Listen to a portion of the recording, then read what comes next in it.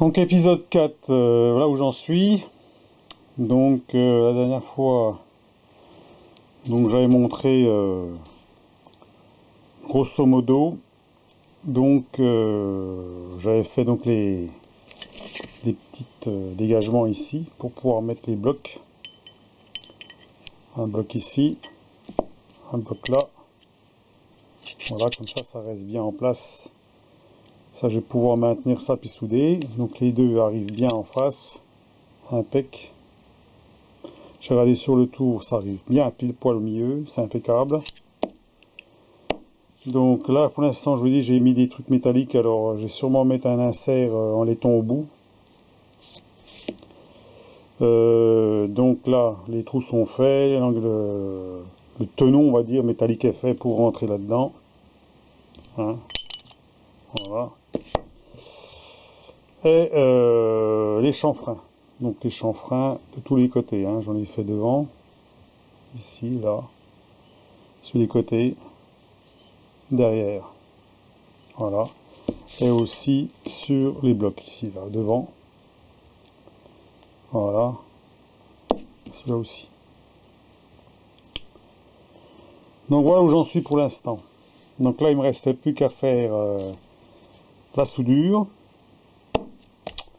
Une fois que ça c'est fait, il faut que je refasse ces petits inserts là en laiton. Et puis je pense que c'est bon. Hein. Alors je sais pas si je mettrai quelque chose au-dessus ou pas. Je sais pas, on verra bien. Voilà où j'en suis pour le moment. Donc je vais faire la soudure et ensuite ben, je vous reprends après pour la suite. A plus. Donc voilà, donc la lunette à suivre qui est pratiquement terminée. Hein, il n'y aura plus que les petites finitions à faire. Donc voilà, j'ai mis des pointes de touche. Alors là, je les ai usinées en pointe pour voir si ça touchait bien, si on était bien, bien placé, hein, si les pointes se rencontrent bien, et si je suis bien par rapport au tour, hein, à l'axe du tour. Donc à la base, ça, je voulais donc le souder. Du coup, je ne l'ai pas soudé, je l'ai vissé. Voilà. Deux vis du 4x20 en longueur. Deux vis là, deux vis là.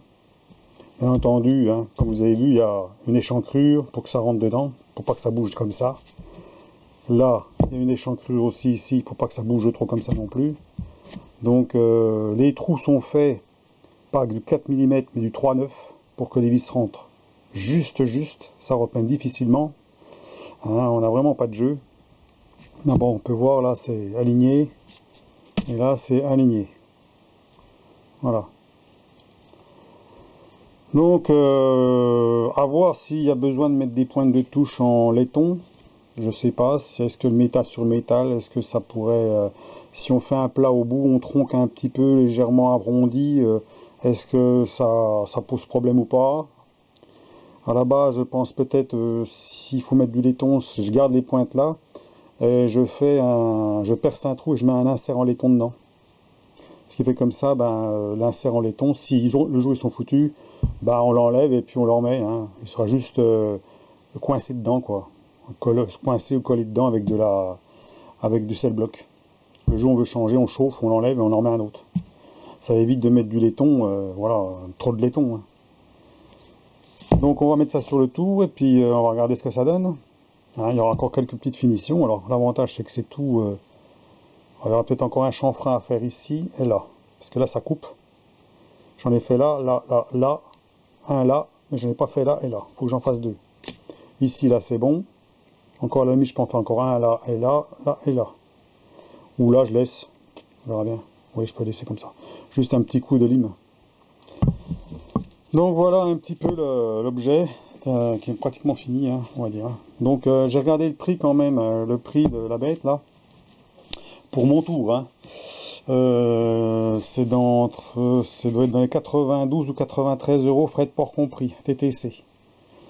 Donc ça vaut quand même le coup de la faire. Hein, surtout que c'est pas un objet qu'on sert beaucoup. Hein, un coup de temps en temps, ça va servir. Si on fait des grandes longueurs, des petits diamètres, voilà, ça peut servir. Donc c'est bien de l'avoir quand même avant d'en avoir besoin. Hein. Donc, et puis pour un faible coût, j'ai tout en stock. Hein. Du fer plat de 8 mm, du carré de 20-20, hein, la barre carrée de 20-20, de la tige de 8, là c'est du 20-20 aussi, des vis que j'ai en stock, des petites vis ici, vis, j'ai tout en stock. Donc j'ai rien acheté. Voilà. Et les vis papillons, je les avais. Donc ça coûte peut-être pas 10 centimes pièce, 20 centimes pièce, je sais pas, un truc comme ça. Donc c'est pas un outil qui me coûte très cher. Voilà, la fabrication. Donc ceux qui veulent s'amuser à fabriquer, après on peut mettre un coup de peinture si on veut, ou on va la noircir, peut-être noircir. Là j'ai pas enlevé le calamine dessus. Bon, je sais pas si c'est utile de l'enlever. Peut-être noircir, voilà, je sais pas, on verra bien. Ou je la laisse comme ça, je la graisse, puis c'est bon. À voir. Donc on va la mettre sur le tout, puis on va regarder. Donc j'installe ça et je vous montre.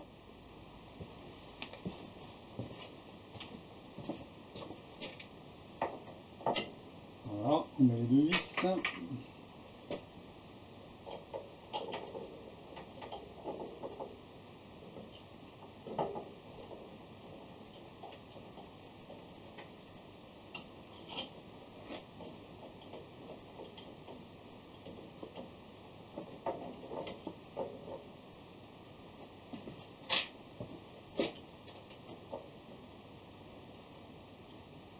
Serrer ça.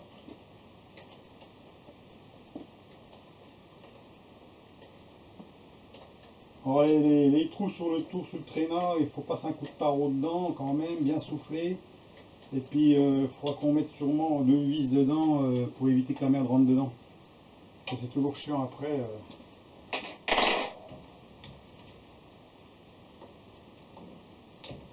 Voilà. Donc allez, on va regarder ça.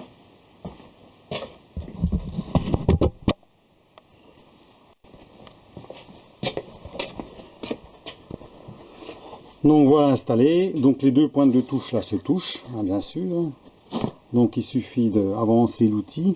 On va l'avancer doucement pour arriver au même niveau par rapport à celle du bas, quelque chose près, hein, on va dire. Hein, c'est peut-être au 10e, hein, c'est pas non plus au 100e. Hein. Et puis ici, pareil.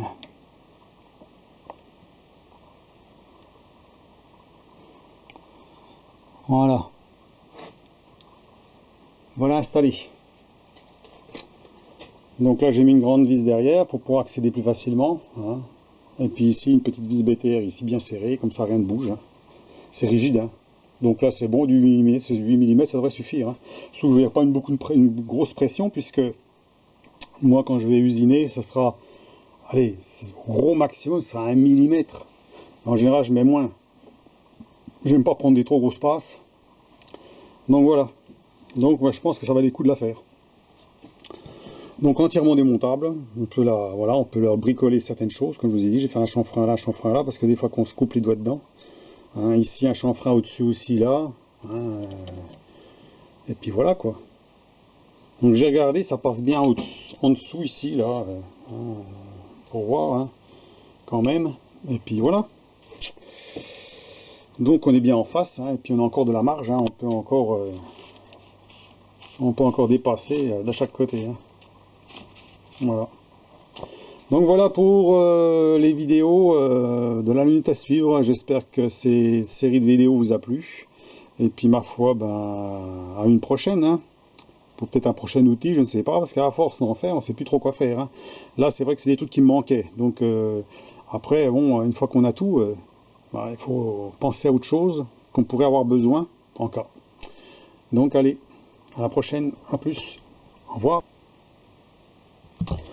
Voilà donc la lunette à suivre terminée. Donc j'ai mis les deux petites vis molletées là pour tenir les pointes. Voilà.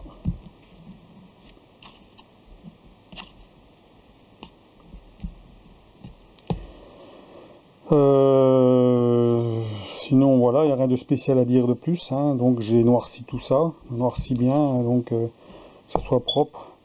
Ici un petit donc petite gorge là pour mieux tenir, pour avoir un petit peu de grippe sur le bout. Donc on peut aller jusqu'à pratiquement 50, hein. On va dire si on les dépasser comme ça, voilà. Donc cette lunette à suivre est terminée, les épisodes se terminent, il n'y a plus qu'à voir la suite, donc pour les autres vidéos.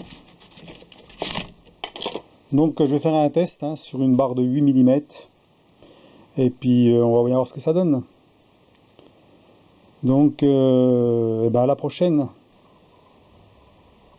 Bon, le petit test, hein. Bon, j'ai déjà testé sur 5 cm, ça a l'air d'aller, hein. Donc on va faire un petit test là. Donc j'ai mis la pointe légèrement en avant pour que les pointes de touche soient sur la surface la plus grosse, hein, pas non plus à cheval. Je pense que c'est le mieux comme ça. Et bien faire attention que là, il me reste 5 bons centimètres avant de toucher, hein, en avance automatique, hein. Donc là, 5 cm, ça va venir juste ici. Donc bien se méfier que ça touche pas.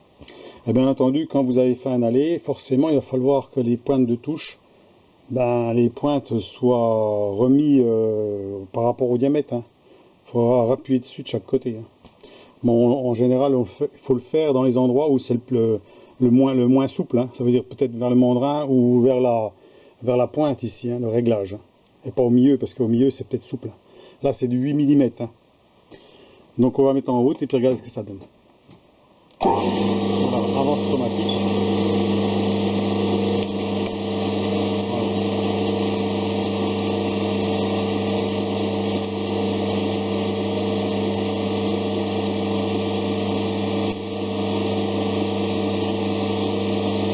Il faut bien faire attention que ça touche pas, hein. On va arrêter, hein, bientôt. Voilà. On arrête. Voilà. Et donc, la barre, voilà. Elle est usinée. Alors que si on n'avait pas cette partie-là, on n'avait pas la lunette à suivre, il y a des chances qu'il y aurait de la souplesse. Donc voilà, là donc il y a moins de souplesse. Donc voilà pour la petite lunette à suivre. Donc fin d'épisode. Voilà. Donc la finition. Voilà.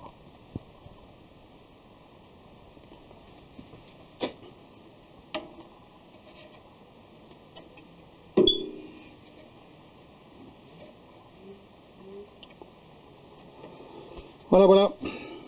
À plus.